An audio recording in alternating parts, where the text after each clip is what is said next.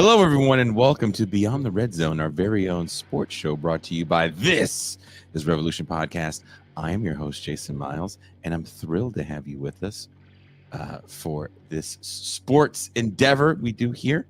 If you're new to the channel, welcome. We're so glad you're here. For our returning listeners, subscribers, and especially our very valued patrons. Hell yeah! You guys are the driving force behind the TIR machine. We couldn't do this without y'all. Also, for viewers of the main show, Kayfabe Episode 1 is live now, as well as all of the other TIR video essays on Means TV. But to view all our video essays, as well as all the other amazing content that Means TV hosts, go to meanstv.com and enter discount code This is Revolution and receive a 20% off a monthly or yearly subscription. Hold up. I'll just put it on the screen. Bam! Use that discount code. This is Revolution, all one word, and receive a 20% discount on a monthly or yearly subscription to Means TV, where you can see all of the TIR video essays. There's a few. There's quite a few. You'd be surprised. You'd be surprised how many. Be surprised how many people love the craft. Or the video essays. Also, TIR is listener-funded programming, so if you enjoy watching all these shows and you have the means and feel so inclined, become a patron. You can access champagne rooms, like the one we had last night, where we looked at boobs. We did. We're like, fuck it, let's just do it. Join us for our patron-only call-in segments.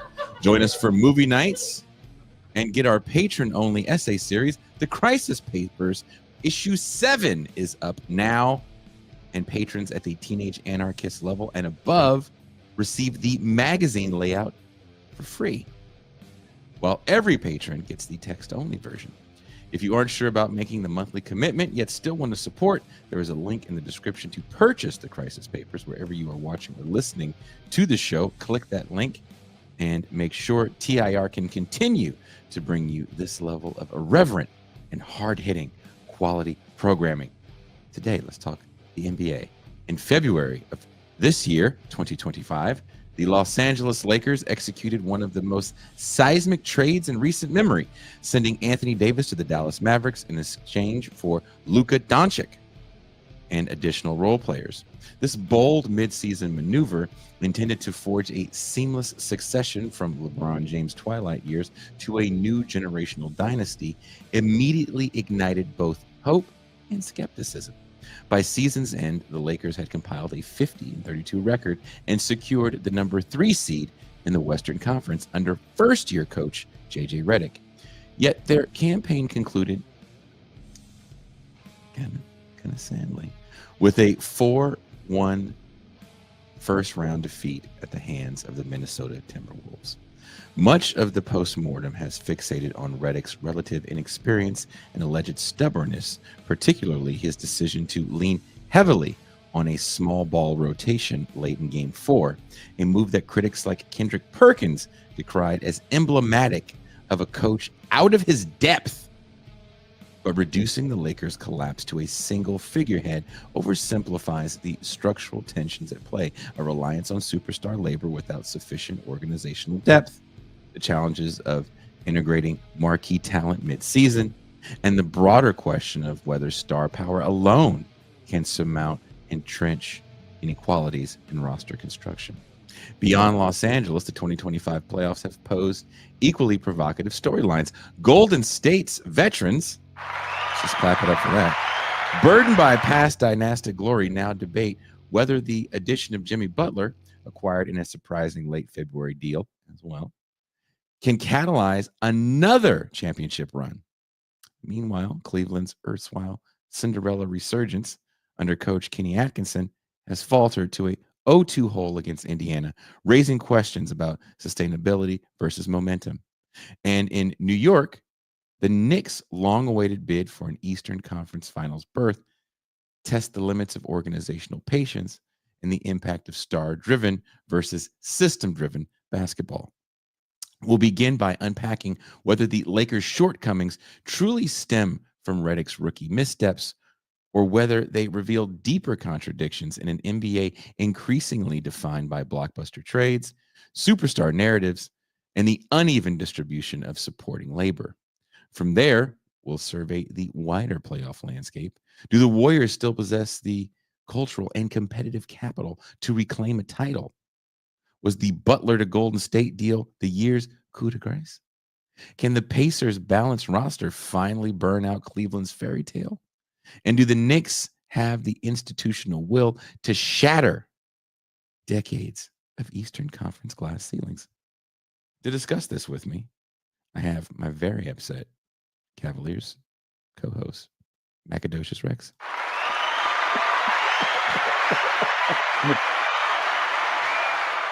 Last night was probably one of the worst fourth quarters of basketball I've ever watched. Oh no. Like the Cavs just stepped on their dick, not once, not twice, but probably 10 times in that quarter alone. And you got to tip your cap to Indiana just to, they're down by 15 at one point and they just stormed back. You know what, Tony? You know what? I deserve being called a rummus tonight. Okay. I do. I deserve it. But I mean, this play, the second round's been kind of crazy. I think we can all agree on that. I think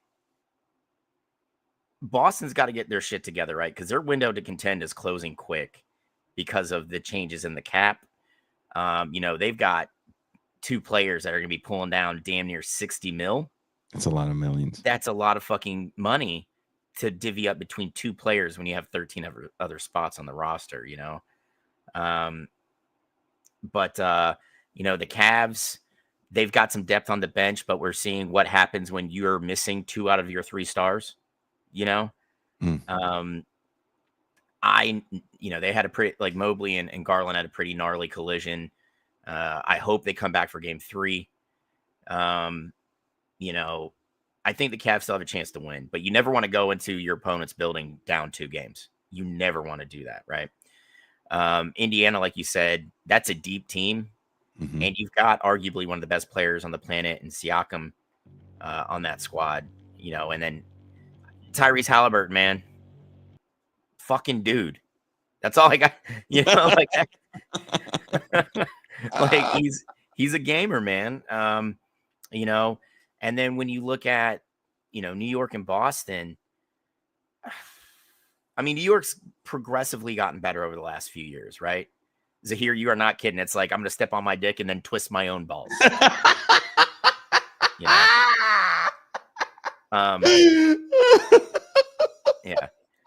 Oh, Mr. Crash, the Cavs did have it thangin', but now it's like, they're your white neighbor that stepped into a very cold lake in February, just shriveled up and got back up there, but I didn't see New York being able to really hang with Boston. And fuck, man. Yeah. I mean, for a few years, the Knicks were like Villanova pro, and it's like, yeah, you could do that shit in the college level, but where's it going to get you in the NBA? And dude, taking one from Boston's rough, so I don't know, man. I don't want to say anybody's got advantage over anybody. I think everybody has a puncher's chance, with the exception of Golden State right now. Because I don't know if you saw, Curry's out for a week. It's okay. We're fine.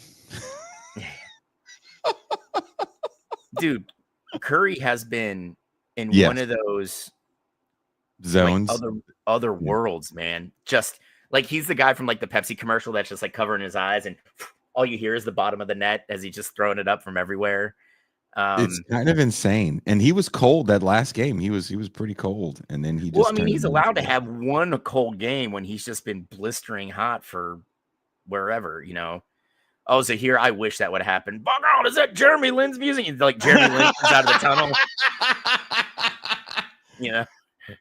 tunnel. But yeah, like the West. I mean, let's just jump into the topic here. Like the Lakers, can we say up until playoffs, literally wore the crown of one of the most fortunate teams to ever exist. They were gifted Shaq because Orlando's front office was like, why would I pay Shaquille O'Neal $100 million?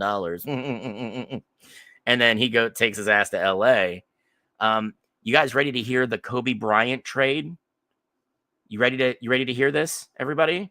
You know what they gave up for Kobe? Vlade fucking Divac. That was it. Nothing more, nothing less. It was Vlade. So it's like the Hornets weren't even trying to get anything at the time. And then you had the Luka trade. It's like, Pelinka called up Nico Harrison and was like, listen, dude, I just jerked off into a bunch of tissues. I'll trade you 3 of those for Luka. And Nico was like, of course, Rob, let's do this.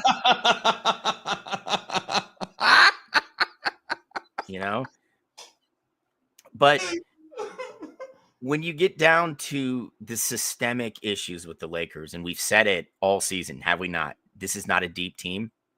Yeah.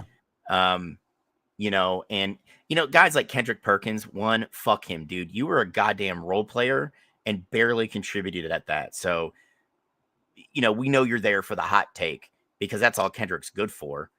Fuck. LeBron got him a paycheck with the Cavs in 2016 and he didn't do shit. So, dude, you can suck my dick from the back, Kendrick. Just sit up there and fucking run your mouth without any substantial, context to what you're saying.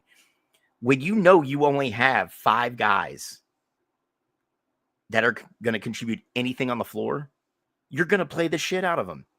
And let's face it, outside of LeBron, Connect, you have Luka, and then what? Nick Van Exel. Right? I mean, dude, they were probably hoping Nick wheeled his ass out there just to give him 5 minutes, but this is not a team with any depth. And they got the shit out rebounded by, the Wolves just destroyed them on the glass. LeBron led the Lakers in rebounds with 9 a game. Okay. And keep in mind, during the playoffs, Jason, he led the team in offensive rebounds at 2.5. Didn't Luka lead in all other categories? Luka had the most points per game. Yeah. He averaged 7 rebounds a game and 5.8 assists. LeBron averaged 5.6. Right? But here's the thing. Here's the centers. Are you ready for this? You ready for this? Here we go. Jackson averaged 1.8 points per game, 1.3 rebounds. Alex Len, scratch. Didn't even get on the floor. Rui Hachimura. You ready for this? 4.6 rebounds a game. At times, he was the tallest man on the floor in Lakers gold and purple. Okay? Maxi Kleber, scratch. Right? Did not play. So, dude, you can't blame JJ for taking a very flawed roster that caught fire when they brought in Luka, dude, Tony, rebounds still matter. Getting second chance points matter. Whether it's off a missed 3 or a missed jump shot, you still want to be able to get the ball back and cycle it back into your offense. Those things still matter, right? Oh, Nuri, yeah, the Philly process. It's been a real banger in the words of the youth. But I get it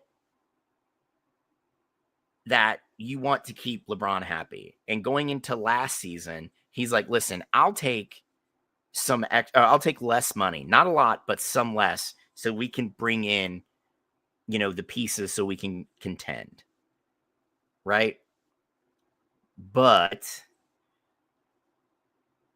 you need people that are able to, when the Mark Williams trade fell through, the one that was going to send him from Charlotte to the Lakers said they saw something in his physical, and then they voided the trade. And because by the time they re-engaged Charlotte about maybe changing the trade, the deadline was already passed. So they can't bring in anybody, right? You have to have those pieces getting into the playoffs, and the Lakers didn't. They fucking did not. outside of LeBron and Luka, everybody else on that roster is a crapshoot what they're going to do night to night, right? And this is what kind of kills me about how the Lakers do things. You know, we're going to trade first-round picks to bring in established stars to surround LeBron. And I get it. LeBron's never been a guy that's played well with young players. He never has, you know? Excuse me, gentlemen, everybody, but you kind of need those young players now, right? Because it's not about building about LeBron. It's about building around Luka. Because Luka's going to be there. LeBron's got a year or two left. And he's done. You know, like he's already said he's got shit he wants to do in Hollywood. He's already got like $11 bajillion. Like he's got enough money to like just say fuck you to everybody and be happy, you know? Mm-hmm. So like you need those picks to build, you know, to draft and develop running mates around Luka, you know? And then LeBron going into this next season, you know, the 25-26 season, he's like, I'm not taking a deal. Like Wow, he said that. Yeah. He's like, you're going to pay me the $54 million you owe me. Right. Which has led people to start postulating that he's going to walk. Like he won't vest his player option. And there are so many people like go back to Cleveland. I'm like, no, I don't want him there because he's going to want that $54 million. Right. And we have a good young nucleus with some depth that would have to be sacrificed in order to accommodate $54 million in one player. I don't want that. I don't think Cleveland does. Cleveland want that? That's a better question. Do they? Want him? Oh, dude, there's going to be plenty of Cleveland fans that'll welcome him back with open arms because of 2016. Right? I'm always going to be appreciative of everything LeBron did for the city. One, not just, you know, being Northeast Ohio guy that made the Cavs competitive his first round, and then his first time in Cleveland came back and got us a title, right? I'm not going to be upset about that. I'm appreciative of that. But like, dude, if you really want to like have that homecoming, you know, that feel good story, then you take the veterans minimum and come back. You've already got enough money, dude. You know, like go play with the baby Cavs. Show them what's up, how to win, especially if we fucking piss away the second round against the goddamn Pacers. But, you know, that he's not going to do that. So, like, if he's not going to do that for the Lakers, he's sure in the fuck is not going to do that for Cleveland. No. You know? Would he go to Golden State just to win one with Steph Curry? Dude, I wouldn't put it past him. Did anybody really see him, like, orchestrating Bosh, you know, the movement of him and Bosh to go link up with Dwayne Wade? Nobody really saw that. I knew it was going to be hard for Cleveland to re-sign him because, like, he was a fucking dude. He was, what, 23 when he left?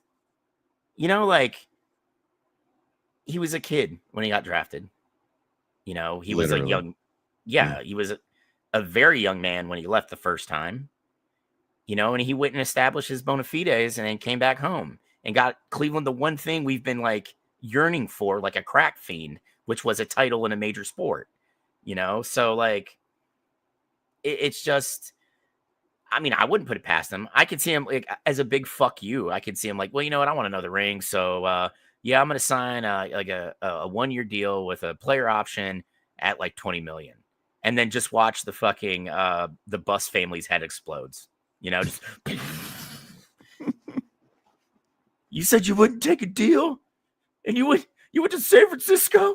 How could you? And he's just like, you know, his family and Steph's family are just hanging out, you know, in the first like promos and shit. But I mean, I don't know, man. So you're not buying. So let me get this. So you're not buying a lot of the stuff that I was hearing the other day about JJ Redick being a massive failure. And how can you say he's arrogant? How can you say, well, dude, yeah, he's arrogant as fuck. He's a head coach. What head coach isn't? Touche. Right? Like everybody's like, you know, Pop was such a great dude. He was kind of an asshole. He had to be. That's why he was so good for so long. Right? Mm-hmm. People forget he was a head coach the first time in San Antonio and sucked dick, bumped up to the general manager's office, and then came back down to go on this amazing 20-something year run. Mm-hmm. Right? So let's not act like he stepped on the court and was just winning ball games, dude. Sorry. You only get a crack at Tim Duncan because you sucked the year before. You know, like that's just, I mean, they might have, Tony. I mean, this is the thing. Like, this has been such a, to be a head coach, you have to be an arrogant bastard, right? Especially when you're dealing with some of the personalities that you deal with in a locker room. And then you compound it by being the head coach of the LA Lakers with the biggest star in the game, right?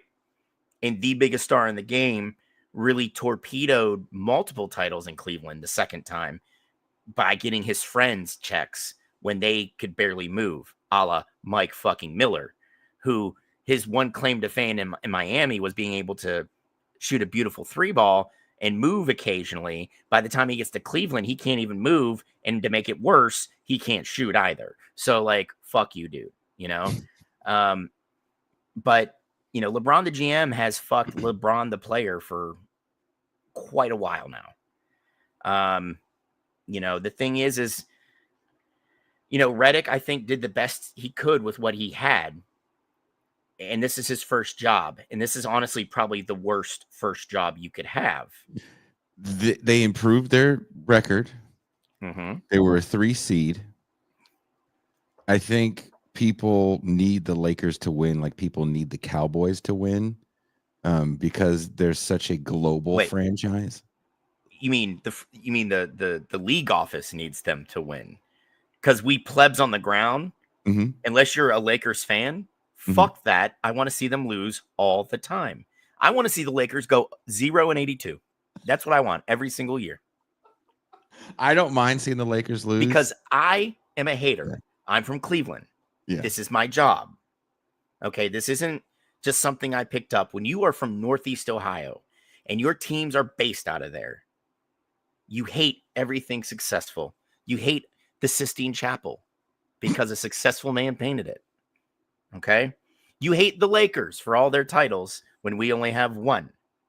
You hate the Yankees because they've won like 20 titles since 1948, the last year the Cleveland franchise won a World Series. Okay? So we hate.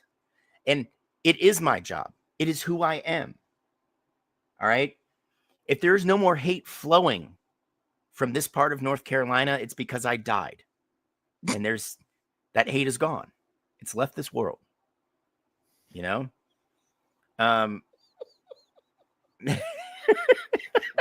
That's right, Nuri. Drea's favorite movie is The Chronicles of Redick.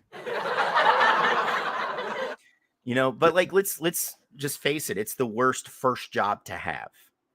Right? And I think you're playing with fire really, really bad when you're pulling a guy out of a booth and putting them on the floor with like no background other than being a player. Like people will sit there and be like, but Steve Kerr, what was Steve Kerr's job before he became a head coach? He was the general manager of the Suns. Right? Yep. So he knows the business side. Mm-hmm. He kind of cut his teeth as an assistant at international competitions with like Coach K, with Pop, right? So like he learned quite a bit there and has now become probably one of the better head coaches, that we're going to see in our lifetime. There's no perfect coach. Like I think Kerr needs to do a better job of developing players, but Zahir, it's not drinking it. That shit's plugged into my veins, man. It's a hate IV bag that's just constantly dripping,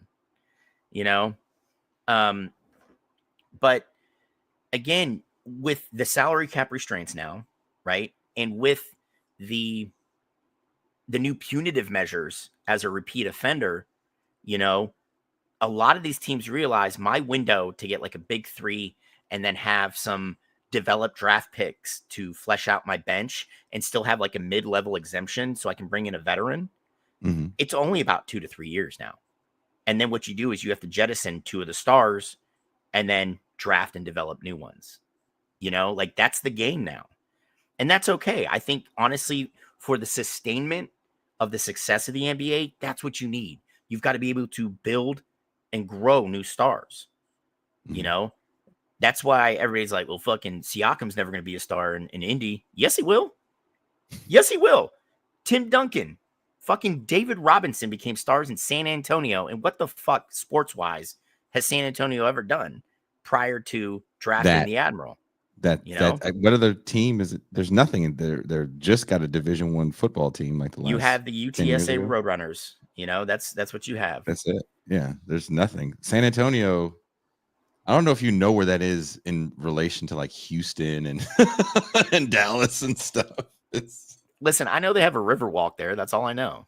The Riverwalk, yeah. You know what? A lot of those videos you see of like these asshole dudes that walk up to drunk chicks and like, how many dicks can you take in a night? And they're like, 7. Taking 7. I ate an ass. That's usually in San Antonio. That's usually at that Riverwalk right there. That's right by the Alamo. Just people like, yeah. See Pee-wee's bike. Yeah, no, you know, but I mean, but that's the thing. Like, you need, like, San Antonio has developed multiple stars. You got the Admiral. I'd argue Sean Avery. Maybe he's not as big a name, but very successful career.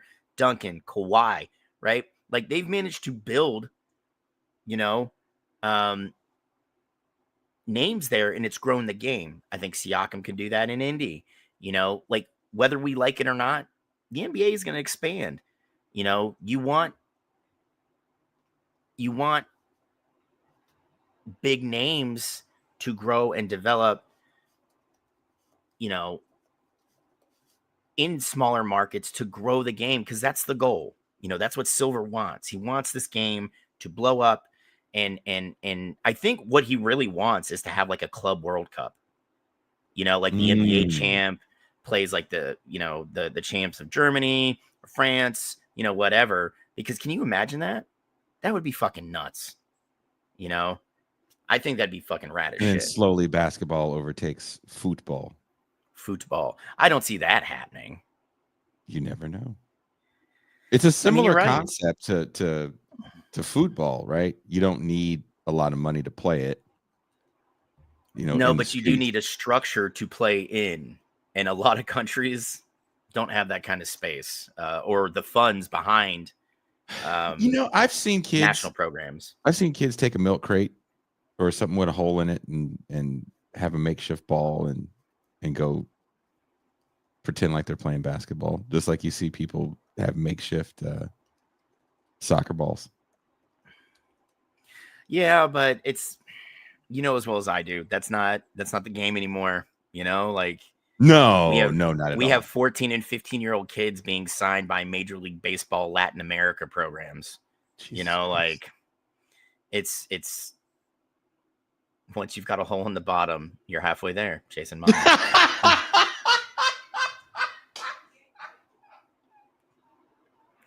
Zahir, write it up. We're putting it on a t-shirt. That's what we're doing. Surprised how many people love the craft. I do. Yeah. But, you know, like, and the thing is, it's, you know, especially the way the game's now, it's more wide open. It's predicated on a lot more finesse and skill than it was, you know, when we were kids, where it was just like, it was kind of like rollerball. You know, but it's just, we're getting to the point, you know, like in the mid 90s, we saw like a small influx of, you know, European players started changing the game, right? Mm-hmm. Now you're not just getting them from Europe. I mean, how many out of the Sudanese basketball program, how many signed NBA contracts after the Olympics? Out of a 15-man squad, 4 of them ended up in the NBA. 4. Really? Yes. Right? Like, scouts are like, I don't give a shit where it comes from. I need length. I need shooting. I need 3-and-D. And if you got to go to see, told me.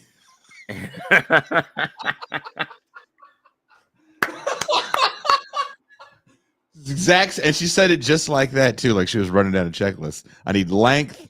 I need shooting, and I need 3Ds. Yeah. But like if you have to go to Sudan, go to fucking Sudan to get it. The NBA's made a huge investment in Africa. Huge. Like the African Pro League is funded completely by the NBA. So like it's I think that's a net positive overall, because I mean, you guys know I'm not really high on college basketball. I don't think it's a great incubator of talent, except for some, the kids that already have it, Mm-hmm. And I'm not saying that those kids, like I'm more talented than those kids, but let's face it, there are some people that are just destined to go play pro ball, and they only go play in college because they have to. You like think Cooper Flag is Cooper? I thought he said he was staying. He is coming out. he did, but then he was like, I think he's doing one of those like, I'm gonna keep my name in the draft, but I'm not gonna sign with an agent, which will allow him to go back to school if he doesn't like how things are shaken up prior to the draft. Is this kind of what we talked about with Shador as well, that the league doesn't really dig with NIL, where these kids actually have a lot more power than they've ever had before? Yeah, I mean, and the thing is like these organizations don't want the kids to have power. They don't want the players to have power. I mean, No. why do you think David Stern like instituted like dress codes and shit? Mm-hmm. He didn't want players to be individuals. He wasn't a fan of the guaranteed contract. David Stern tried so hard in every CBA negotiation to have that removed. Do it like football. Yeah. Lesson. And they're like, everybody's looking down on him because he was only like 5'3". Yeah. Hey, listen, guaranteed contracts. And the thing is, people don't know that, off the top of their head, he tried to avoid the Lakers signing Shaq because of the amount of money in the deal. Was he part of the trade that voided CP3 to the Lakers? He was behind it, yeah.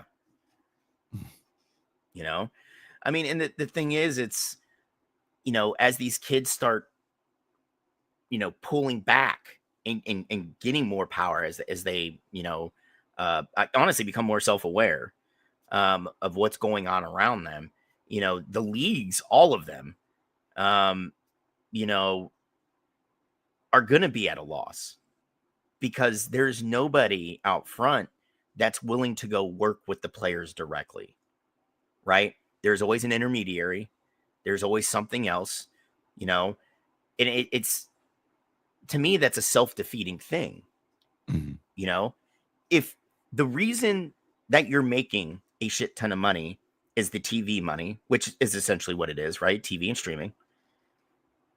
Work with the people that are putting a good product on the television or the streaming platform, right?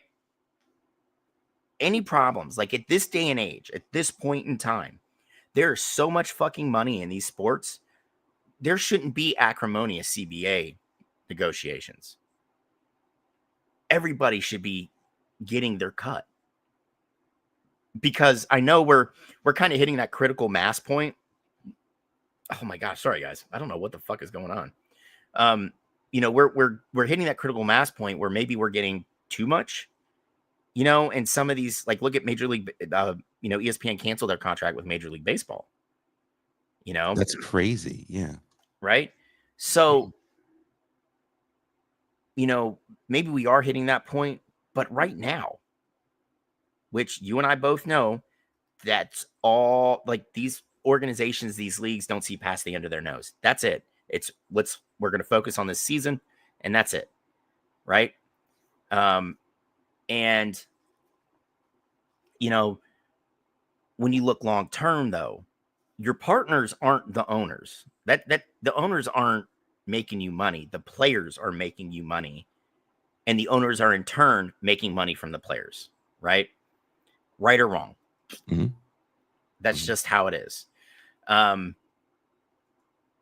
Work with the players. Like, stop going to Joe Lacob. Joe Lacob's got fuck you money. He honestly doesn't give a shit. What he wants is he wants his team, the Warriors, to be, he wants the rings, he wants the trophies, he wants the attention. of being a successful sports team owner, right? And he's got such fuck you money. He's going to pay the luxury tax penalty, right? He took a break last year, so he doesn't get the repeat offender hit. But if you can pay that kind of money, then Joel Lacob isn't making you money, Adam Silver. LeBron is making you money. Kawhi, Jimmy Butler, those players are the ones doing it. So lean into that, develop those relationships. And then as you get closer to the draft, you develop the relationships with those players that are coming out that year, because they're going to be the future of making you money. Can I ask you a broader question about basketball and sports in general? Yes, you have to be taller to play the game. It helps. It's a great assist. It is. Is it such a star-driven league that if you don't have stars on your team, you just don't sell tickets? Like, people aren't fans of teams, or fans of stars, so you don't even have regional alliances as much? I mean, we've seen that happen, honestly, since the 90s. Mm-hmm. How many dudes did you see in Bulls jerseys? I still see people in Bulls jerseys. Like Jordan, Pippen, Jordan Rodman, jersey, yeah. Right? People were fans of Jordan that had never even been to Illinois, let alone Chicago. Right? So, and as you saw players kind of take more control of their careers and free agency, kind of, the Pandora's box was open, and there's a lot more player movement now. And I think you get that in the NBA, where you're more attracted to the star than the team, right? Because, I mean, how many times have we talked about it where the game isn't the main attraction? It's the event, it's the experience at the game that is the attraction, right? So, that's what you want. You want a good vibe. Again, like, college sports doesn't need players, because you're a fan of the school. You've been a fan of the school, and you're going to cycle through, right? Yes, and you're going to cycle through players every 4 years anyway. Whereas with professional sports, traditionally, people sat down in that franchise for a long period of time. If it was a trade, maybe they played for a couple teams, right? Kareem only played for 2 teams. Yeah. Didn't Dr. J play for 2 teams, or was he always a Sixer for his whole career? No, he was actually played for the Virginia Squires before. That's what it was. He was an ABA guy before going to Brooklyn. Yeah. And then he was moved from Brooklyn to the Sixers. When the Nets joined the NBA, the ABA teams had to pay a very punitive tax. It was about $10 million. The owner of the Nets was like a local guy, like he was a union head. Mm-hmm. And when he got the Nets into the ABA, the expansion fees were pretty low, because they just needed teams, because they would gain 10 gain 4, but lose 2 by the middle of the season, and then lose 1 at the end. And New York was a market they wanted to crack. So they played on Long Island for a year or 2 in one of the worst stadiums to ever host professional sports. But this guy knew, like, if I can get us to the NBA, I'll be fine. Like, I'll be a millionaire just based off my team value. But he couldn't pay this tax, So what he did is he flipped Dr. J to the Sixers in exchange for cash from the Sixers owner and a dropping of that tax.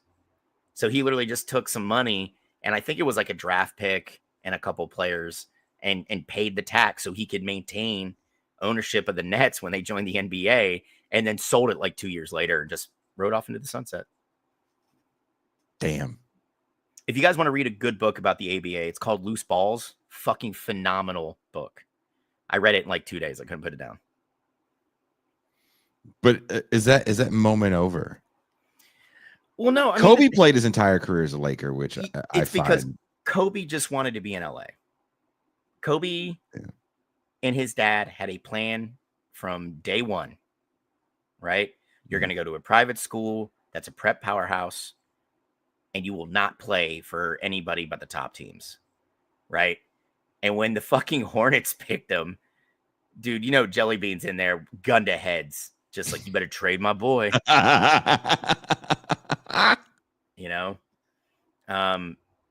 And then, like I said, they flip him for Vlade Divac. Like, Vlade was a good, bit player. He did his job, but like a generational talent for Vlade fucking Divac. come on, man.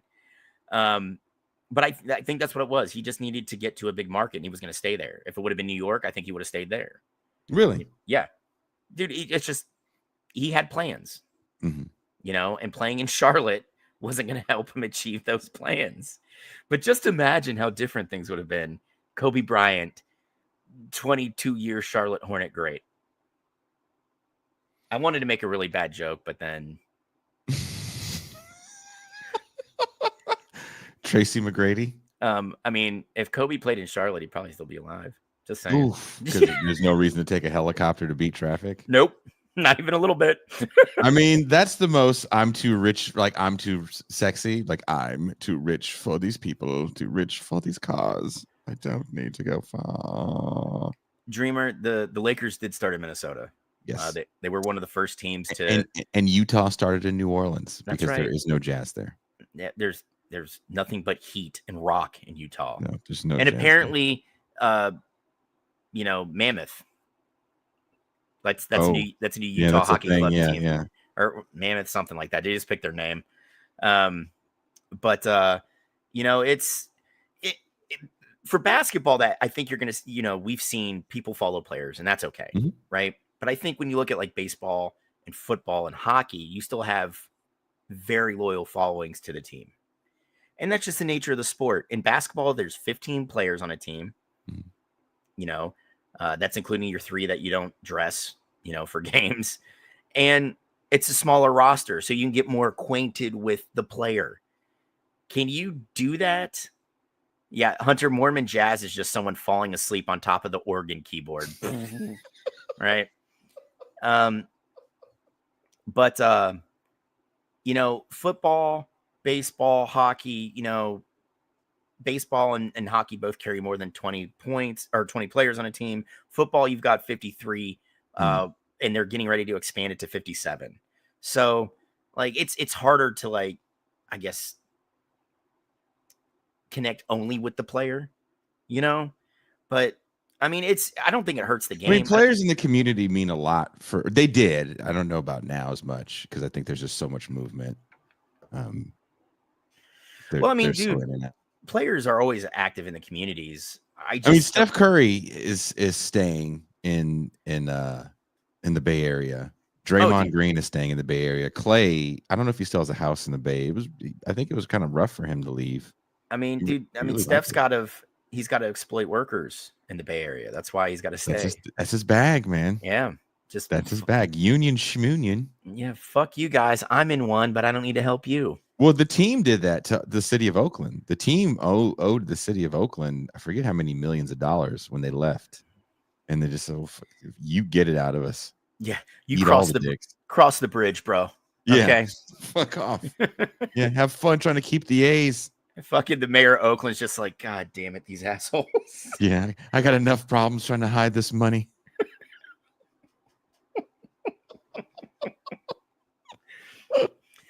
Yeah, that whole thing is just. But that's what I asked the question about that because it feels like basketball is so star driven, and as these stars move, do people follow the star or do they stay with the team? Like, is there a lot of Laker jerseys in Dallas right now? I wouldn't be surprised. Really? Oh, dude, Luka's beloved there. I mean, he really kind of he embraced Dallas. I don't even think he really wanted to go. Like, he was shocked that he was traded. I mean, fuck. We were all shocked.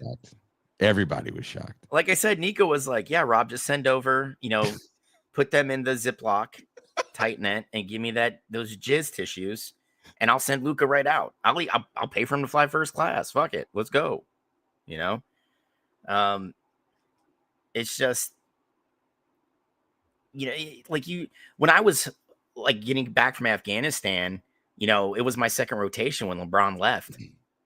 Left Cleveland the first time? Yeah. And, I went home to Cleveland. I saw guys with LeBron Heat jerseys. I mean, they were brave as fuck, to do that. But they did. You're going to catch some hell is what you're saying. Oh, dude, yeah, I saw a dude get the ever living shit knocked out of him. Some dude just walked up and punched him right in the fucking face, man. Jesus Christ! Oh, It's dude, a sport, brother. I wasn't a jersey burner. I was Mhm. just a butthurt Cavs fan. That's what I was. I wasn't going up and hitting anybody. I just would kind of like mumble in my beer, like, you fucking bitch. Like, I don't know anyone, and I'm sure there's someone in San Francisco with one, but a 19 Joe Montana jersey from the Chiefs. I don't know anyone with that. You know what I mean? It's just like people are gonna latch on to teams and players, right? Like that's just how it is. Like for me, as a Guardians fan, Jim Thome was my dude. Oh wow! And Yeah. when he left, I was fucking crushed. I like Manny left. I was like, fuck it. We got what we could out of him. You know, Mhm. like all these other dudes left. I didn't care, but I was like, Jimmy's still here. And when he signed that huge deal in Philly, it's like a small part of me died. You know, Like, do you know anyone with a Jordan Charlotte Hornets jersey? Or I'm sorry, Washington Bullets jersey? Actually, yeah. One dude, and it's just because like he collects all these like weird, you know, like he's got a Junior Seau patch jersey. You know, like I appreciated Seau's 2 years there, but it wasn't like Seau on the Chargers. You know, like he just has all these like really like he's got a Boomer Esiason and a Cardinals jersey, dude. I forgot he played for the Cardinals. Yeah, you know, so like, oh, that's right, Zahir. Like Sean Kemp broke a lot of people's hearts. He broke Seattle's heart when he left to sign in Cleveland, and then he broke Cleveland's heart when he shows up 100 pounds overweight and can't dunk anymore, and that's all he was good for. Well, also, if you think about that Lakers team that tried to get a championship with all those older guys, it was like Karl Malone, Gary Payton. Who else was on that team? There was one more. It wasn't John Stockton. It was Robert Ory was on that team, but he kind of moved around a bit. Oh, dude, yeah. He was a merc, you know, and that's all right. Like, Robert Ory ended up with, 5 rings? Like, I don't think he's complaining, you know? But, yeah, I mean, it's like, for me, I don't give a shit, you know? Like, I'm a Cavs fan, and I'm okay with that. I'll stick by him thick and thin through good years and bad. One, because I just like being miserable. Okay. Like that's my bag. You know, but like like when I was younger, I never understood like following a player, but now that I'm older, I'm like, I get it. You know, I'm not going to be mad about it. I'm not going to like walk up to somebody and, you know, give them shit because, you know, their favorite player left their hometown team to go someplace else. Like who gives a fuck? Right. You know, like, there are Browns fans that are actually butthurt, you know, that, you know, Joe Thomas didn't come back. And I'm like, why would he? Why? He played 14 years on one of the worst teams ever. In a position where playing 14 years, your fingers are going to look, every part of you is going to look gnarled. Yeah. You know, like, well, he could have had a couple good years at the end. You know, we went to, so fucking what? Joe Thomas was not going to help you beat the Chiefs that year. You know, like that. Joe Thomas wasn't what was going to push you over the edge to the win. You know, like no. Robert Ory has 7 rings. He has 7 rings.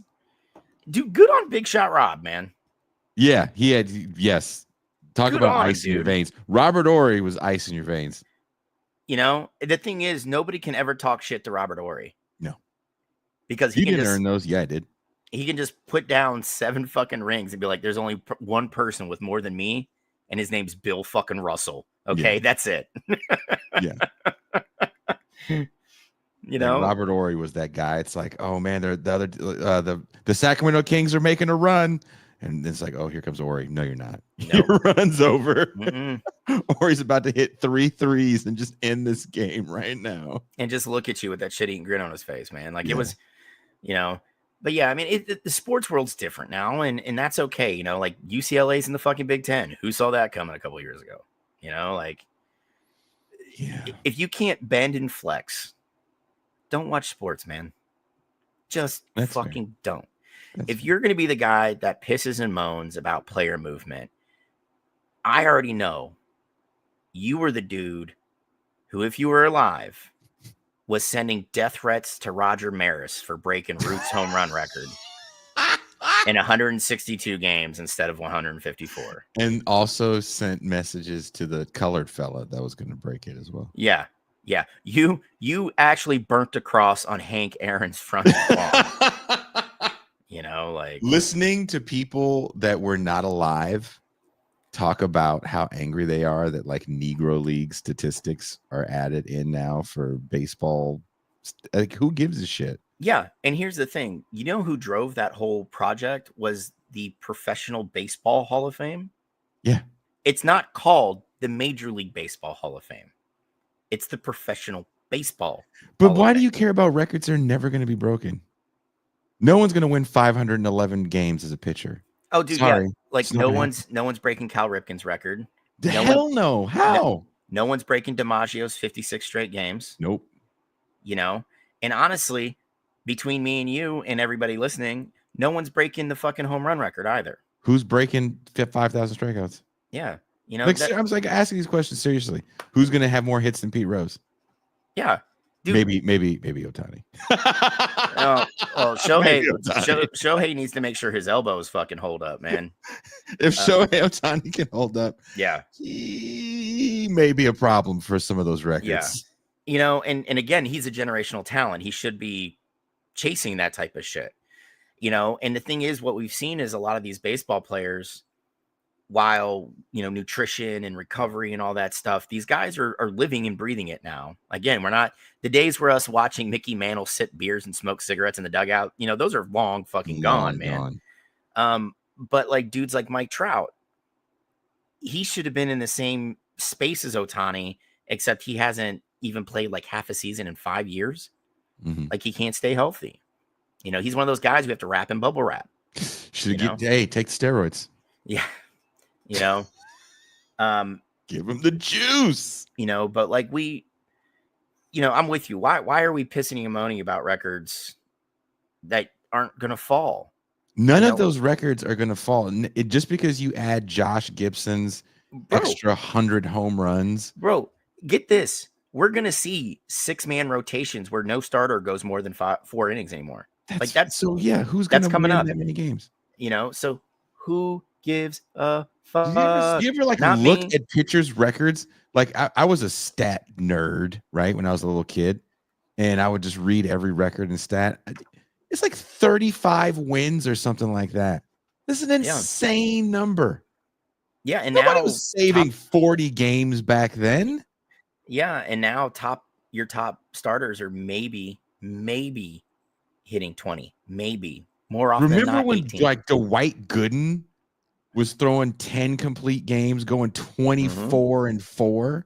That shit isn't happening anymore. No, it's gone, and it's because like if we were still encouraging kids to pitch, like say Greg Maddux, you can have a very long career throwing a lot of of innings without throwing a lot of pitches. Mm-hmm. But you know, it's like we said, we're teaching kids to throw as hard as they can. Ooh, you know, preach on this, Mac. We're gonna give you the whole screen. Tell everyone why this is kind of hindering the game. Yeah. Well, now we have 14 and 15-year-old kids undergoing their first Tommy John surgery so they can have their second by the time they're 19, right? We're not teaching kids to pitch. It's unload everything you got, every pitch. And your body is not meant to do that, 110 times a game. When you look at Greg Maddux, you rarely saw him hit 100 pitches, but man, he fucking would throw some complete games, wouldn't he? Right? Yes. And because he pitched, he knew how to work the plate. He didn't throw fast anyway. He just was good at what he did. But we don't have that anymore. And you've even seen pitching coaches talk about it because, like, when you're telling these young kids to go out and throw, you want to hit 100 miles an hour so you can get drafted and you can make millions of dollars and earn generational wealth. And yeah, your arm might fall off in 8 years. How many kids are going to say no to that? Honestly. Mm-hmm. Dolomite, yes. But the thing is, a lot of pitchers now throw 2 pitches very well, typically a form of a fastball, whether it's a 2-seamer or 4-seamer. And then you have a slider, both pitches which you put a lot of stank on. You don't see a lot of guys throw changeups anymore. And the curve is a dying art. But like, how many kids are going to say, you know what, I'll sacrifice some elbow pain to make $20 million? But Bert Bly played like 20 plus years and he was hitting 78 with his fastball, but had a gnarly curve. Yeah. And Tim Wakefield, how many years did he play? Oh, dude, you got to think he's a converted outfielder. That's where he got to start, and then he's picked up the knuckleball. But it's a shame that we're doing this to young people. Like, we're literally putting their body at risk. Because you can only undergo so many surgeries like that before things stop working correctly. I mean, I have a cadaver's ACL on my left knee and a pig ligament in my right knee. I've already been told I'm probably going to have to line up a replacement for both of them in the next 3 to 4 years because they're not meant to last outside their previous owner's body. They're supposed to be where they're supposed to be.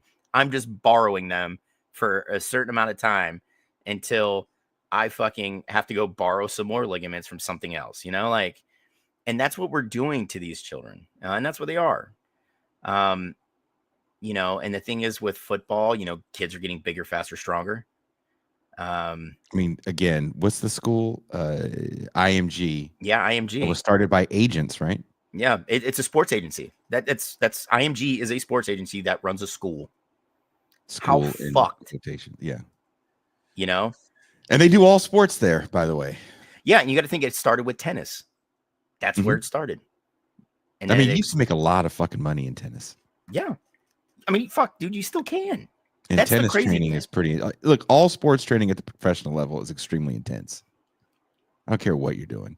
It's extremely intense training. And see, this is what I love telling fucking idiots on the internet that are like, yeah, I was all state in high school, and you really think that you could beat Paige Buckets one-on-one? Give me a fucking break, dude.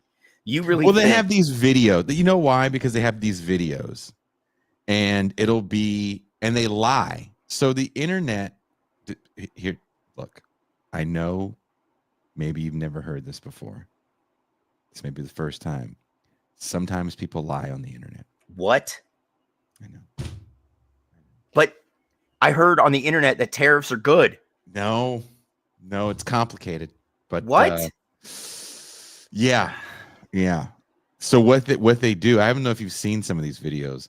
There'll be a WNBA player that's playing overseas, and for a promotion, they'll play like a one-on-one with a male player that could be a star overseas. There's videos that lie and say this guy is a high school senior playing a WNBA player. See, we told you guys are better. Penis for the win. Yeah, well, dude, all I'm saying is she gets paid professionally to play sports.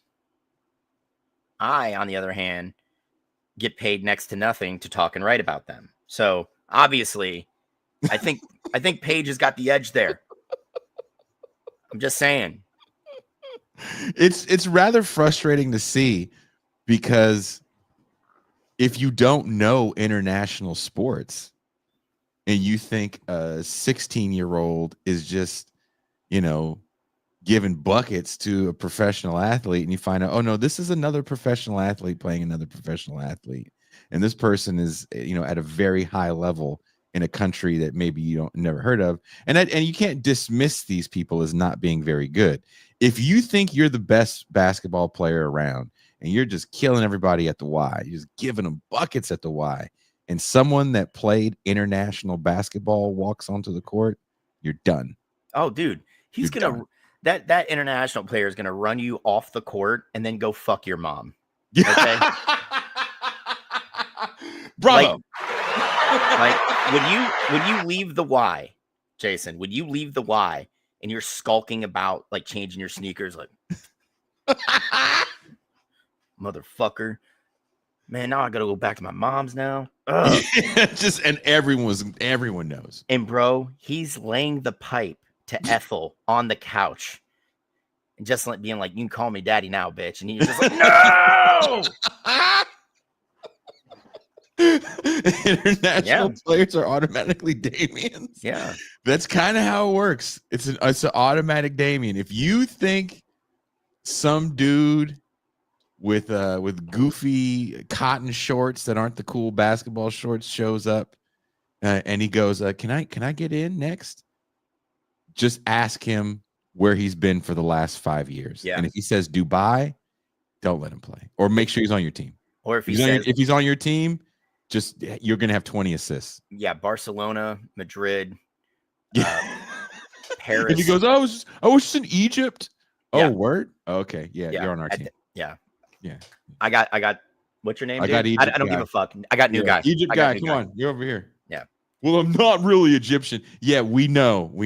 Yeah, just if you got a guy that played for the Washington Generals, that dude played probably high level, at the very least D2 ball. Yeah. High level D2 ball. Like this dude can ball. I'm telling you, if you see a dude walk in with a logo on his shorts, like from a team, pick him. Because he probably played D2 or small school D1. Yeah. Right? He's probably in the G League. It's just off season and he wants to ball a little bit. Pick him. You're going to win, and then you all can go out for beers after the game, See, Dreamer, that's the kind of solidarity we need. Okay. We need the guy who played overseas and is dicking down, Joseph's mom on the couch after the game. Don't talk shit to that guy. Giving the good wood to Ethel. We need that kind of solidarity. You see a dude walk up and he's wearing a college jersey from a school that you don't really know that well. Yeah. Like Incarnate Word. UNCW has a basketball program, guys. Pick them. Right? Yeah. Oh, yeah. You guy that played D3. Yeah, you're on our team. Yeah. The guy that couldn't get a D1 scholarship because he shot a store owner over a botched robbery, like the movie Juice. Yeah. Yeah. I mean, listen, when you're picking the new guy at the gym with the logo on his shorts or a shirt, it's a crapshoot. But look for things like an Indiana State hoodie. Threes all day threes. Yep. What Bill Cody said, Thunder are running the Nuggets out of the building tonight, and the Knicks are up 2 on the Celtics. Man, dude, Bill, we said that earlier. Like the second round. Did you see that? I guess that ended right as we were starting. The Knicks won by 1. Dude, 91-90. Get this: 1 or a million. A dub is a dub. Period. So former guest Matthew Whalen is a journalist, is a huge Knicks fan, and he was just texting me right before we started the thing because he's just beside himself with the fact that the Knicks may make it to the Eastern Conference Finals. Well, you know what, Mr. Whalen, I know you've had a rough 25 years. Life. He's only like 28. Yeah. Okay. Well, then fuck you. His entire life from birth. You've been. He came out of the womb. It's been rough. Yeah. But still, Mr. Whalen, go fuck yourself. All right. Cavs in 6. That's all I'm saying. Cavs in 6. If the Cavs pull off a win, how big of an upset is that for the Knicks? I mean, the Knicks play everybody tough. It's just how it's their game, right? Yeah. And Jalen Brunson, I don't know how Dallas lets him get away. I know you got to pay Luka, but he and freaking, Brunson and Luka played well together, right? So New York getting him, fucking that dude will you to wins by just off of sheer will and just wanting to be successful. I don't want to see him in the playoffs. I also don't want to see Jaylen Brown or Jason Tatum in the playoffs. I don't. The Cavs are going to have it rough. If we can get through Indy, because Indy's a fucking horribly tough team to play as well. Mm-hmm. If we can get through Indy, either the Knicks or the Celtics in the finals, that's going to be a rough series. That's I can't watch this boring ass 3-point flop ball playoffs. The Celtics Lakers 84 in my oh god. Tony, you know who else says that? the person who's bitching about Josh Gibson, but doesn't have any idea who that is. Yeah, this fucking. Who cares about Josh Gibson? Tony suddenly turns into like Red Auerbach was the greatest coach ever.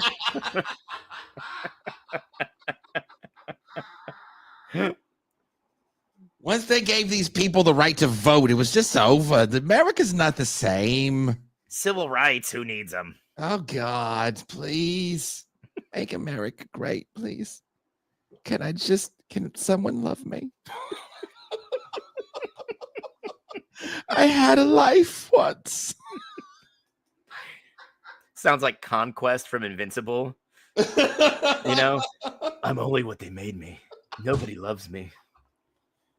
And no one will that's how all sports people sound to me when I'm driving back from the Bay Area and it's like 2 a.m. and I'm just trying to will my way through. Dude, Joel might said always pick up the black dude who has Macedonian citizenship.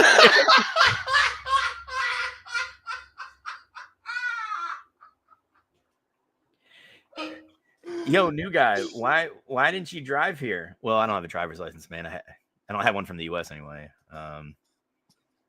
Been overseas for a few years. Where? Slovenia, man. What were we doing there? Playing ball. We got that guy. Yeah. We got no license guy. No license guy. Yeah. I don't care if he's 5'8". Yeah. Just starts like dribbling around everybody. Just penetrating and wanting the whole game. Mad Dog Russo ranting about Havlicek.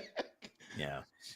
I actually heard, like, I was listening to my buddy's sports podcast, and he had this older crotchety guest on, and he's kind of like a co-host. He can only show up, like, if they do 4 episodes, he only does 1, you know? Mm-hmm. Yeah, Saul Bergman, sports fan. You did kind of sound like Saul Bergman there, Jason. But, like, he was like, I miss players like Dan Marley, and I'm listening, and I'm like, what? Then go to the why. Yeah. Then go to the fucking why. Thunder Dan made a career after shooting a pretty good 3-ball and like rimming every dunk he ever tried to go through. And like the one time he did it in Cleveland, the entire Gund Arena exploded because at this point, Thunder Dan is just like a nickname to make fun of him. And then he actually throws a dunk down. We lost our shit. The Cavs won 78-71 that game. It was fucking phenomenal. Bill Cody says Craig Elo. Craig Elo. There we go. There's you need more one. Craig Elos in this game to make it enjoyable. You know who would be great? Mark Price.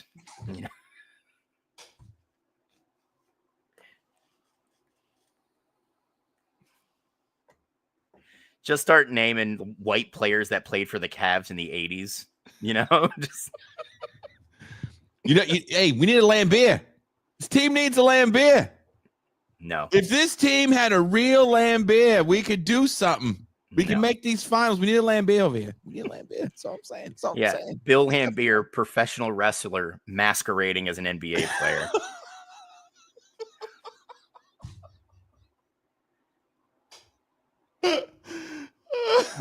Jim Ross is calling Pistons games. He's like,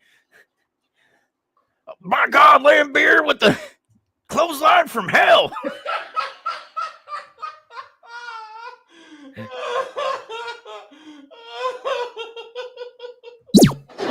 it comes. Oh my God! Oh my God! There we go. Oh my God! That's Jerry Lawler and Jim Ross calling like an 89 playoff game for the Pistons. There it goes! Oh my God! Lambeer mauled someone. Did an outlet pass to Isaiah down the fucking baseline. Rick Mahorn and Bill Lambeer were like the ebony and ivory of an ass kicking. Like you were gonna get your ass kicked. Yeah, that's 12 fouls. Yep, that's 12 fouls right there. Well, that's 11 clotheslines and a power bomb. That's what that was. Power bomb. That's 12 of the hardest fouls you've ever received. Yeah. You know what fucked white people up the most that are our age, and you know this, Mac, because this is your age cohort as well. NBA Jams, Scott Skiles. Yeah. Yeah. See, I always played the Cavs, and I made sure I had Larry Nance and Mark Price. Price with that immaculate 3-ball from 3. You know, He's on fire. he's on fire. You know, and Anyone and that the off chance played- I missed it, Larry Nance was there to get the fucking rebound and get it right, and I immediately passed the ball right back to me. when you saw Scott Skiles in real life, you're like, you're not that good. you're not on fire. Nope. I mean, dude, I went to high school with a kid whose favorite player was Tom Gugliotta. God, you went to the most racist. Oh, dude. Yeah. Mac, this is you. This is you. You having an unnatural allegiance to losers is not like it. Yeah. You have Stephon Marbury and Kevin Garnett, and your favorite out of that 3 is Tom Gugliotta. God damn. Okay, bud. Okay. Does your dad keep the hood out for everybody to see, or does he put it in the closet? You know? This is my first cross I ever burnt. This right here. Yeah, man. I went to a cross burn this weekend. Wore my Gugliotta jersey and everything. It was pretty fun. When I was a little kid, I thought, who was that dude? Oh God, what was his name? He kind of looked like Vinny Testaverde. It's killing me. No, it was like What is his name? Ronnie Cycli? Cycli. I thought Ronnie Cycli was Vinny Testaverde doing some Scooby-Doo shit for the longest time. Yeah, he had a lot of good years with the Heat. Remember Ronnie? He looked just like Vinny Testaverde. Yeah. Yeah. God, I haven't heard that name in forever, dude. Why'd you have to pull that one out of the Ronnie fucking way back machine? Vinny Testaverde looking at. God. As much as I'm having fun, I do have to go. Everybody, Yeah. my daughter's doing dual enrollment next year, so we're going to the college so she can meet a couple of her professors. Oh yeah, dude, Jolemite. My favorite was not your Venus, not your Vetus, not my Vetus, our Vetus. The bonus. I love hearing these Sabonis stories about him in the locker room smoking a cigar in the locker room, telling everybody that his kid is going to be the next big NBA player. Dude, and his kid's phenomenal. Oh, I fucking love his kid. Well, he was no joke. I mean, there's NBA players that say that the NBA didn't get the best Sabonis because they played against him in international play. Dude, yeah. I mean, you He was gotta think younger. his best years were spent on the fucking, the Soviet team. Yeah. And he was giving people buckets. Yeah. And the thing is, by the time he gets to the NBA, his knees were shot and he still had what, like a 10, 12-year career? Mm-hmm. That means that you're really fucking good. Yeah. I mean, dude could barely move. And let's face it, he's in late stage Soviet medicine. Comrade Sabonis, we know your knee is no good. So what I give you is pack of American Marble Red. And here is one aspirin to get you through the entire tour. The tour is 3 months long. I know. So you better make it worth it. You can trade Marble Red for more aspirin. It's good, yeah? That was Soviet medicine at that time, so. But hey, without them, we wouldn't know. We wouldn't. What we could do with steroids. That's right. We're gonna go meet some professors tomorrow. Get her signed up for classes. So like it's a big deal. And her mom's working, so I was like, "Fuck it, let's go. We're gonna go." And then my daughter was like, "For real?" I'm like, "Yup. You're stuck with me tomorrow." So I'm gonna wear the most embarrassing shirt I got. It's got a very commie message on it. Oh, just ruining that kid's day. Oh, I don't have to do anything. I can wear anything, and my kids are just like, oh, dude, I exist, and my kids are like, ugh. Yeah. It's being a father to teens. That's all it is. Yeah, you're just not cool. And I've been not cool, Mac, since 1998 when the first one shot out. God damn, Jason. I've been not cool for almost 30 years. Fucking 21 children over 30 years. And just... Jason Miles is the Sean Kemp of podcasters.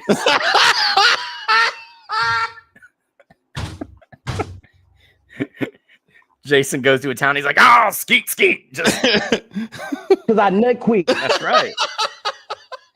Baby, your head game's bad. Let me put a baby in you.